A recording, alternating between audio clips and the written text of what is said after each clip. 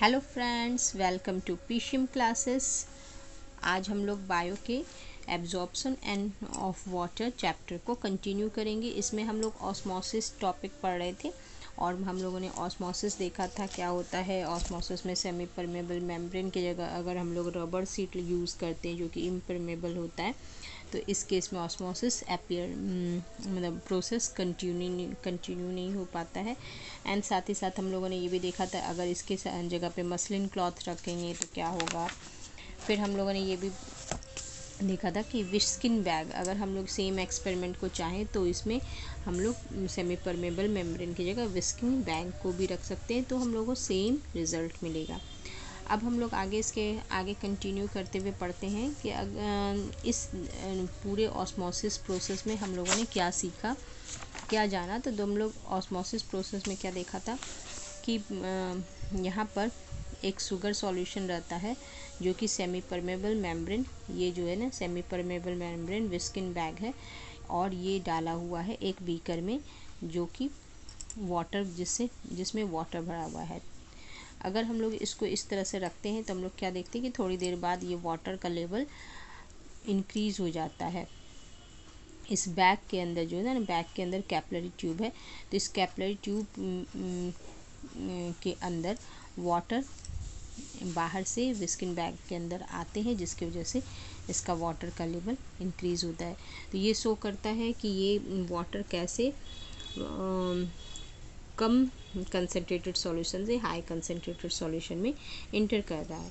तो यहाँ हम लोगों को दो तरह के कंसंट्रेशन वाले रीजन मिलते हैं। ये दो तरह के कंसंट्रेशन मिल रहे हैं, एक वाटर में जिसमें कि लो कंसंट्रेशन है और एक शुगर सॉल्यूशन जिसमें कि हाई कंसंट्रेशन है। तो यहाँ हम लोग कंसंट्रेशन यूज़ कर रहे हैं वर्ड सॉल्यूट के कॉन्टेक्स्ट में, ठीक है। तो इसमें हम लोगों को दो पॉइंट ये याद रखना है कि यहाँ पर हम लोगों को दो रीज़न मिल रहा है जो कि डिफरेंट कंसंट्रेशन है। कंसंट्रेशन को टॉनिसिटी भी कहते हैं और हम लोग चाहें तो उसको दो तरह से लिख सकते हैं। पहला तो दो रीज़न मिल रहा है जिसका कंसंट्रेशन जहाँ पर वाटर मॉलिक्यूल्स का कंसंट्रेशन डिफरेंट है, एंड दो रीज़न मिल रहा है जहाँ पर शुगर मॉलिक्यूल्स का, दैट मीन्स सॉल्यूट का बोल सकते हैं, कंसंट्रेशन डिफरेंट है। तो अगर यहाँ कहें वाटर में वाटर का कंसंट्रेशन सॉल्वेंट का कंसंट्रेशन ज़्यादा है, इसमें सॉल्वेंट का कंसंट्रेशन कम है, तो ये अलग अलग कंसंट्रेशन का हुआ। अगर हम लोग सॉल्यूट में कहें तो इसमें सॉल्यूट का कंसंट्रेशन शुगर में ज़्यादा है एंड वाटर में इसका कंसंट्रेशन कम है।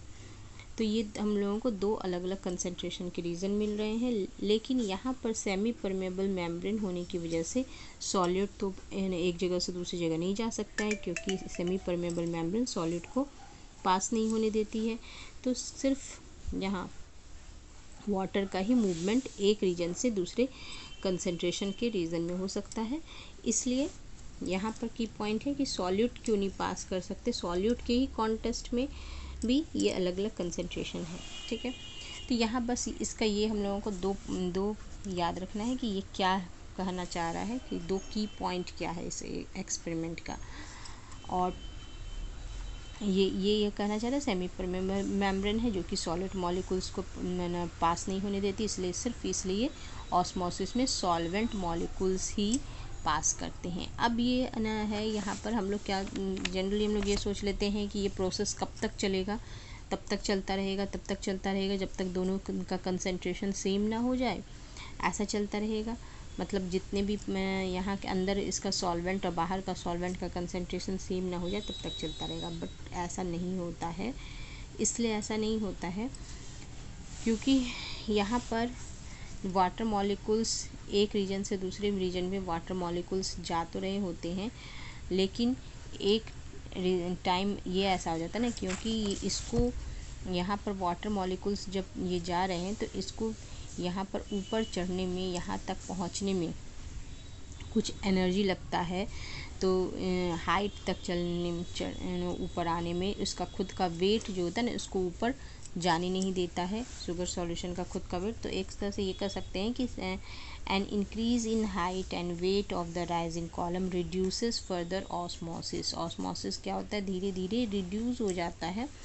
पहले ये तो तेज़ी से होगा, फिर धीरे धीरे ये कम हो जाता है, एंड एक ऐसा स्टेज आ जाता है जहाँ पर ऑस्मोसिस रुक जाता है, नो ऑस्मोसिस होता है, जबकि कंसंट्रेशन अभी तक दोनों तरफ सेम नहीं हुए हैं, फिर भी ऑस्मोसिस रुक जाता है। इस स्टेट को हम लोग इक्विलिब्रियम स्टेट कहते हैं। वाटर मॉलिक्यूल्स क्या होते हैं, बीकर से the water molecules from the beaker tend to force, क्योंकि वाटर मॉलिक्यूल्स बीकर से ऊपर तो जाना चाहते हैं, बट वेट और प्रेशर फ्रॉम द मतलब इसका जो वेट है वो क्या कर सकते हैं, इसका खुद का वेट जो होता है ना, ये नीचे की तरफ लग रहा है, इसलिए ये वाटर मॉलिक्यूल्स को ऊपर जाने से रोकता है। ऑस्मोसिस प्रेशर कितना होता है, ये ऑस्मोसिस प्रेशर को हम लोग मेज़र कर सकते हैं। हम लोग क्या करते हैं, एक पिस्टन ले लेते हैं एंड इस पिस्टन को इसके अंदर हम लोग इंटर कराए हैं और इसके ऊपर कुछ वेट रखते हैं। तो हम लोग देखते हैं कि अगर सेम एक्सपेरिमेंट हम लोग कर रहे हैं एंड इसमें अगर हम लोग वेट रखते जाते हैं और देखते हैं कितने वेट पे ऑस्मोसिस होना बंद हो जा रहा है, दैट मीन्स कि पानी अंदर नहीं आ रहा है, इसका लेवल इंक्रीज़ नहीं हो रहा है, इनिशियल लेवल से इंक्रीमेंट नहीं हो रहा है कोई भी लेवल में, तो ये जो वेट होता है ना, ये वेट कहलाएगा ऑस्मोटिक प्रेशर।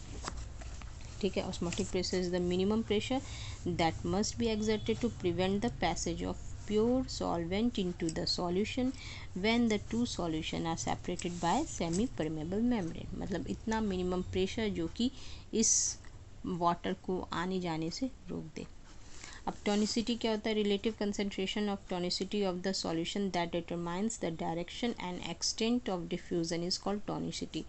टोनिसिटी क्या होता है, यही रिलेटिव कंसंट्रेशन, दोनों कंसंट्रेशन को जो हम लोग किसी में बोल रहे हैं हाई सॉल्यूट है, किसी में बोल रहे हैं कम सॉल्यूट है, तो ये दोनों का में दोनों के सॉल्यूशन का कंसंट्रेशन में जो डिफरेंस है यही कहलाता है टोनिसिटी। एंड यही डिफ्यूज़न को हम लोगों ने अभी शुरू में स्टार्टिंग में पढ़ा था कि डिफ्यूज़न में क्या होता है, डिफ्यूज़न जहाँ हाई कंसंट्रेशन से है वहाँ से लो कंसंट्रेशन की तरफ जाता है, तो ये हाई कंसंट्रेशन लो कंसंट्रेशन जो होते हैं ना, ये डिफ्यूज़न के डायरेक्शन को भी बताते हैं कि किस डायरेक्शन में होगा। तो इसी के बेसिस पे सॉल्यूशन को 3 कैटेगरी पे रखा गया है, आइसोटोनिक, हाइपरटोनिक और हाइपोटोनिक। आइसोटोनिक हो गया, आइसोटोनिक होते हैं जिसमें relative concentration of water molecules and solute, मतलब चाहे वाटर का हम लोग सोच के चलें या सॉल्यूट का सोच के चलें, दोनों तरफ कंसंट्रेशन सेम होते हैं। ठीक है, तो इस तरह के सॉल्यूशन में मतलब कोई हम लोग सेल है उसको इस तरह के सॉल्यूशन में रखा हुआ है जहाँ पर उसके अंदर जो कंसंट्रेशन है वही बाहर भी कंसंट्रेशन है, तो इस तरह के केसेस में क्या होता है, कोई भी वाटर का मूवमेंट नहीं होगा, दैट मीन्स वाटर ना ही सेल के अंदर आएगा ना ही सेल से बाहर जाएगा, तो इसलिए इस केस में नो ऑस्मोसिस होगा।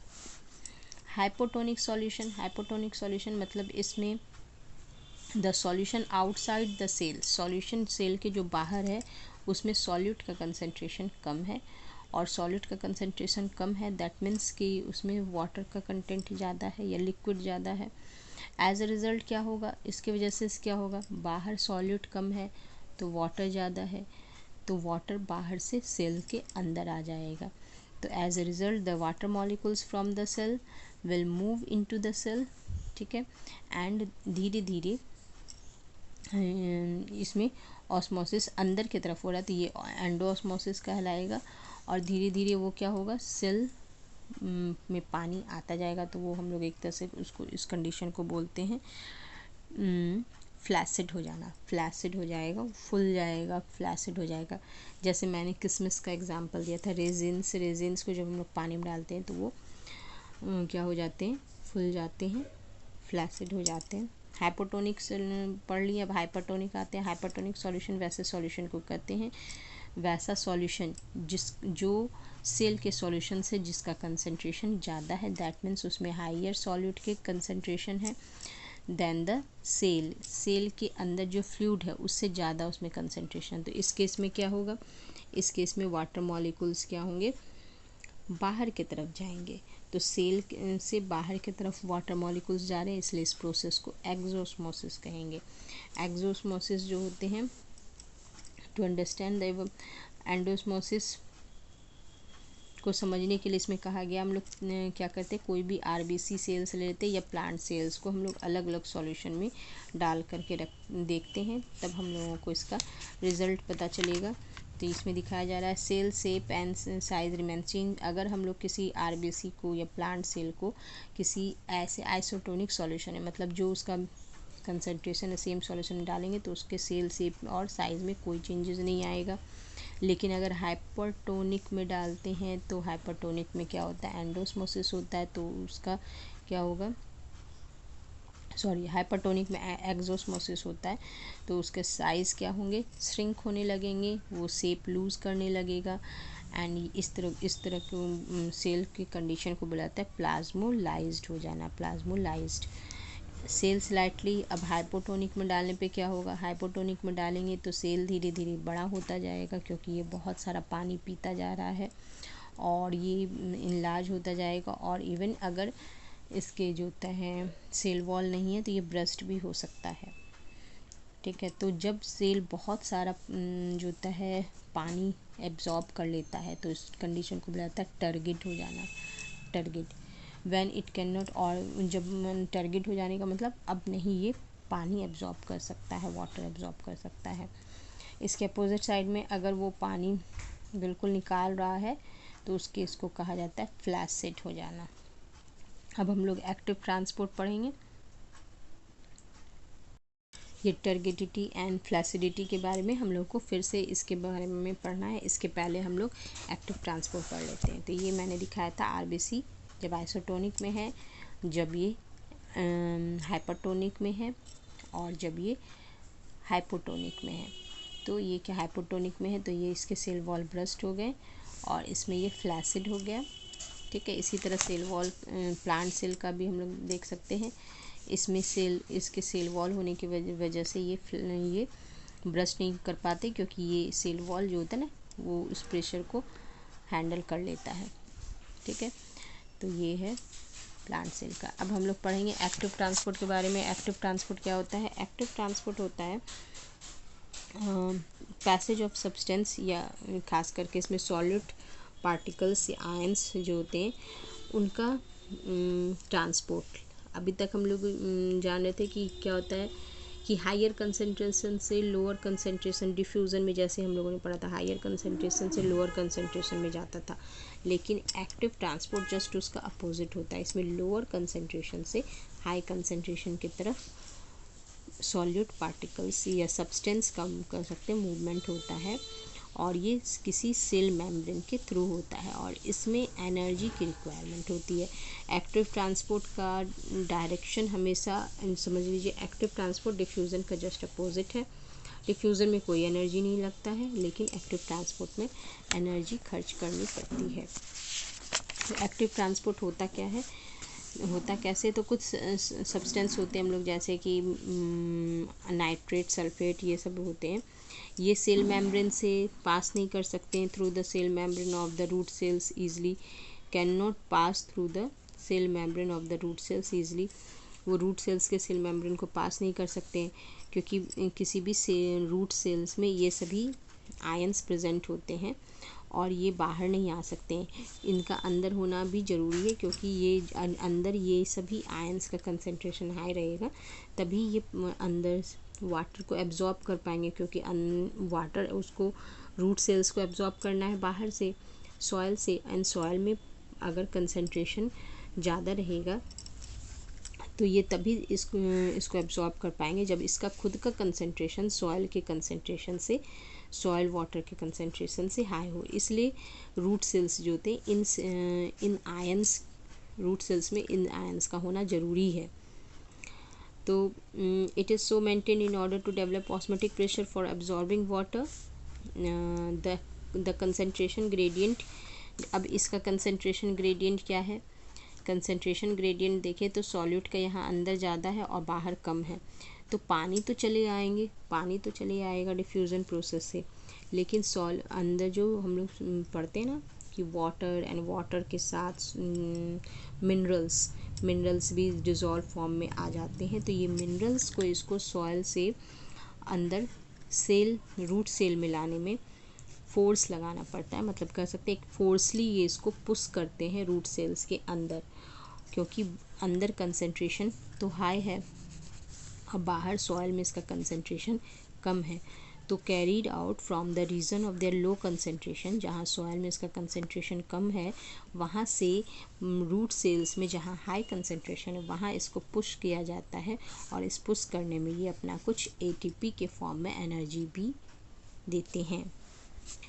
Passive transport just like diffusion होता है, इसमें कोई एनर्जी का रिक्वायरमेंट नहीं होता है, ये फ्री मॉलिक्यूल्स का मूवमेंट है, ये एक जगह से दूसरी जगह हाई कंसंट्रेशन से लो कंसंट्रेशन की तरफ जाते हैं।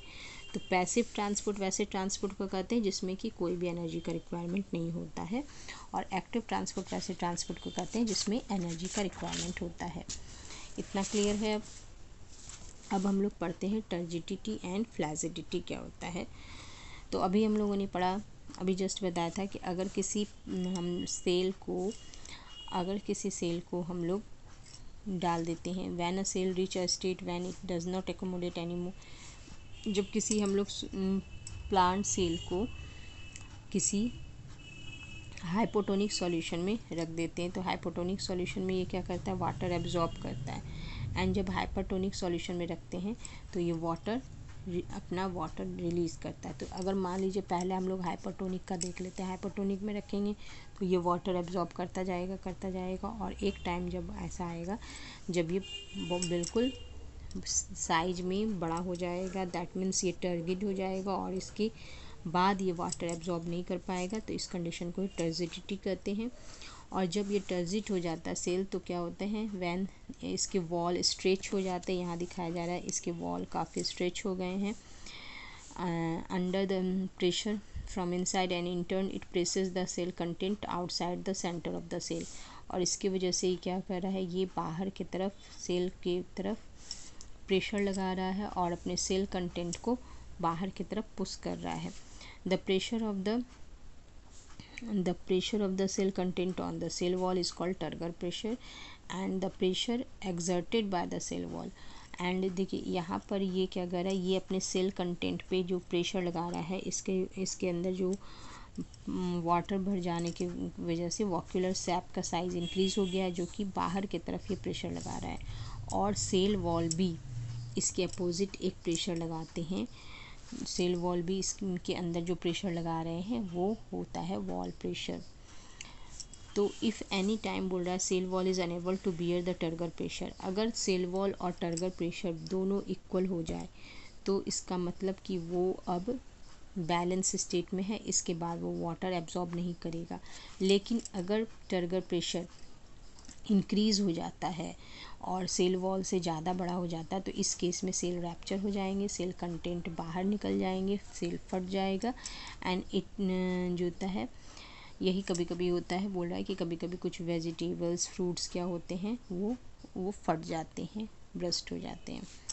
when target the cell is in somewhat balance state, तो यही मैंने अभी बताया कि टारगेट मतलब सेल बैलेंस स्टेट में है, ये दोनों आपस में एक दूसरे के प्रेशर को इक्वल कर लिए हैं।